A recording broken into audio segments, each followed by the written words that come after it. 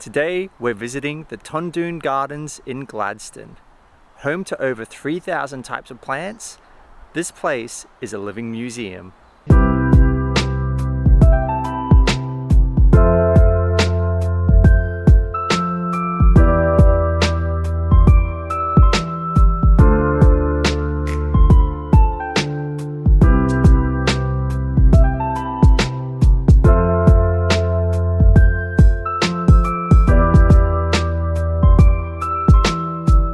And we're starting off with the Japanese gardens.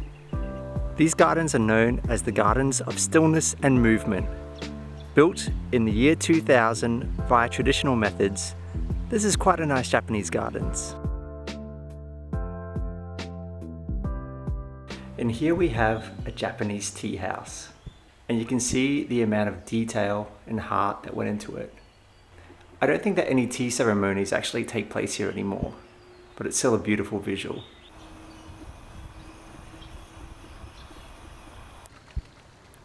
So also at the Botanic Gardens is the beautiful Lake Tondoon. So until 1940, this actually used to be the water source for all of Gladstone. But these days, it's the home of many little birds, fish, and aquatic life. This area is really cute. There's some huge wood carvings that are here to commemorate whenever someone in the area turns 100 years old. Not entirely sure if I want to hit 100 and join this list or not.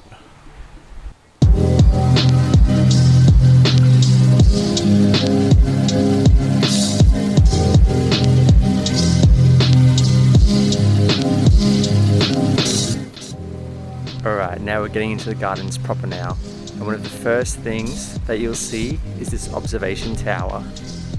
And I love this thing. Such a good view. It's got a few different levels as well. We've got the first level here, but we're going to go to the top.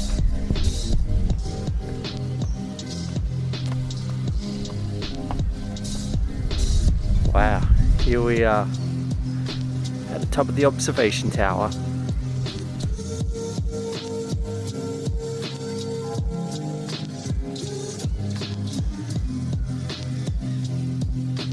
This is a part of the gardens that I absolutely love, just being completely surrounded by ferns. The amount of greenery and lushness here is incredible.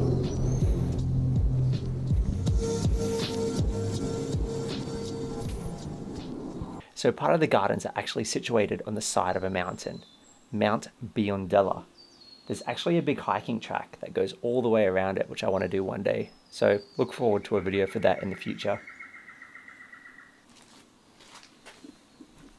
You know, when it comes to Botanic Gardens, my favorite section is always the tropical rainforest. And at the Tondoon Botanic Gardens, that section, it does not disappoint. It's one of the best areas here, hands down. So you just have a look at some of these shots. These are just incredible. Just love how the sun is just peeking through the treetops, and the whole area is just so green. You know, a cool little story about the area. In the early 1900s, a meteorite actually landed here in the parklands. It was huge. It wasn't a small meteorite either. It was over 700 kilos, which makes it the largest in Queensland history and the 6th largest in Australia. The story of how it was discovered was kind of funny.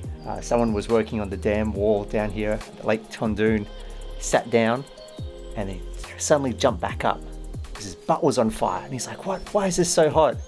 He just realized he sat on the recently crashed meteorite. So the meteorite actually isn't in Australia anymore. It's in the Chicago National History Museum, which I think is very cool. But a few of the local sports teams are named after the meteorite. So the Gladstone Meteors and that sort of stuff.